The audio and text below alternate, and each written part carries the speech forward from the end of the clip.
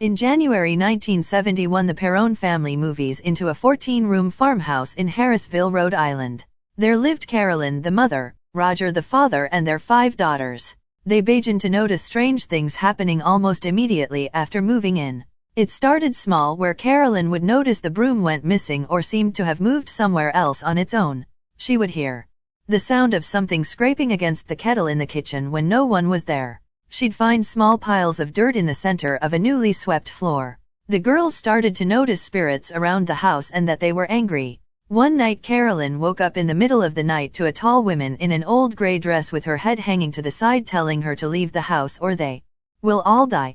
Carolyn then decided to do research on the house, and the landing uncovered 8 generations of one family which had lived there. Many of them died mysteriously or horrible deaths, while some committed suicide, others were murdered, and some children died by drowning in the lake.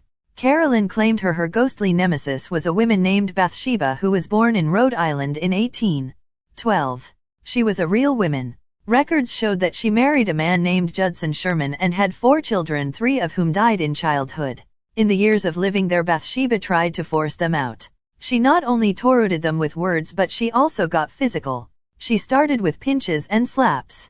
Carolyn was the spirit's main target. She was even stabbed with needles at times.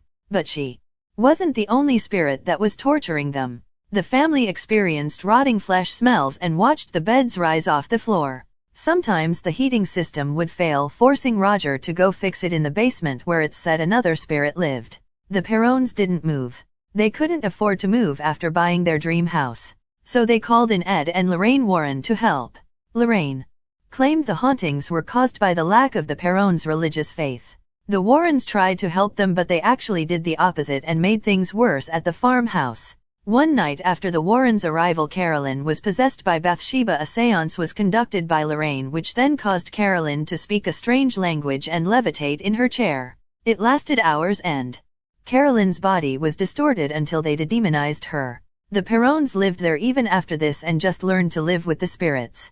In 1980 they finally sold the farmhouse and moved away, leaving the spirits behind. The Perron daughter says actually many of the spirits became attached to the family and followed with them when they moved. Till this day the house is still haunted. A ghost investigation couple currently live there and say the ghosts are all still there. While filing the movie for The Conjuring, the cast actually experienced strange supernatural things.